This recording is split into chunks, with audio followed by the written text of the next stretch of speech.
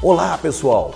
Veja você, estamos para falar agora dos solos chamados de interzonais. O que vem a ser isso? Solos que estão localizados entre zonas diferentes. Pode ser, por exemplo, os solos que aparecem com características muito peculiares porque estão em faixas de transição. Veja que legal! O primeiro caso que nós estamos colocando aqui para você é dos chamados solos hidromórficos. Olha que importante você entender a expressão hidro, água. Então, geralmente, serão solos localizados aonde? Áreas que apresentam abundância de água. Por consequência, terrenos alagados. Então, primeiro aspecto. O que você já lembra? Áreas pantaneiras. Áreas, por exemplo, de veredas. Isso significa dizer que geralmente são solos bem drenados, com grande riqueza de material orgânico e normalmente com uma tonalidade de cor escura. E por consequência, são solos de média espessura. Muito cuidado com esse tipo de solo. Por quê? Eles vão aparecer em áreas pantaneiras, como por exemplo, no Brasil, no Pantanal Mato-Grossense, ou áreas de planícies fluviais. Temos também aqueles que são chamados de alomórficos ou salinos, típico de ambientes que apresentam aridez ou semi-aridez. Ou seja, eu vou encontrá-los na região nordeste do Brasil.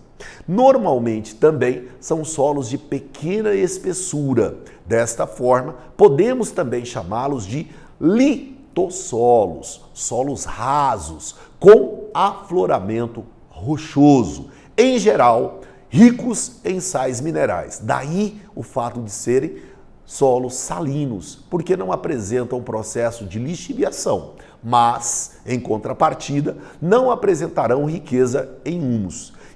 Temos ainda aquilo que chamamos de grumossolo, que seria o quê? Solos ricos em argila e, por consequência, solos de boa fertilidade, típicos de áreas planas. Lembrando que o solo é composto por argilas, siltes e areias, grossa e areia fina.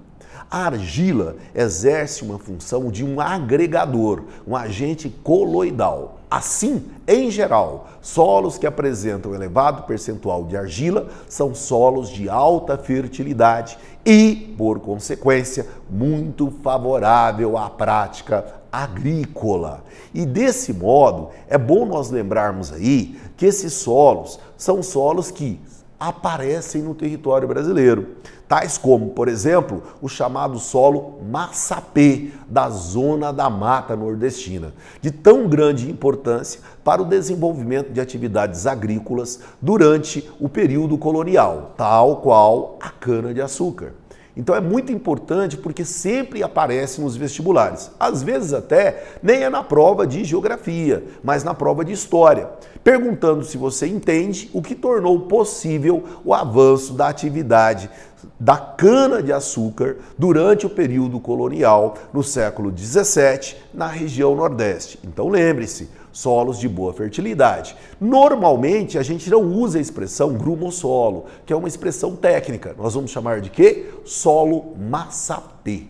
E desse modo, é muito importante que você observe algumas variações desses solos intrazonais. Então nós colocamos aqui para vocês uma representação de um solo hidromórfico. Através da imagem, você pode perceber a tonalidade escura em razão da matéria orgânica acumulada e ainda colocamos aqui um solo salino, Primeiramente uma representação superficial, tá aqui o marco para você identificar isso, e por consequência uma representação da superficialidade. Por quê? Pode ocorrer acumulação de sais na porção superficial desse solo. É o que a gente vai chamar de eflorescência.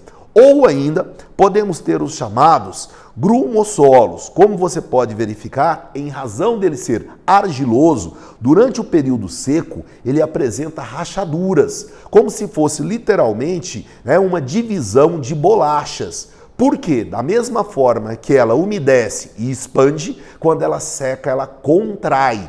Então, é uma característica marcante dos solos conhecidos como argilosos. Você ficou um pouco perdido nessa representação? Muito cuidado. Por quê? Se você está perdido é porque você não está acompanhando as nossas videoaulas. Faça diferente. Vá lá, se inscreva e acompanhe as nossas aulas. Curta aí que nós estamos curtindo daqui. Grande abraço!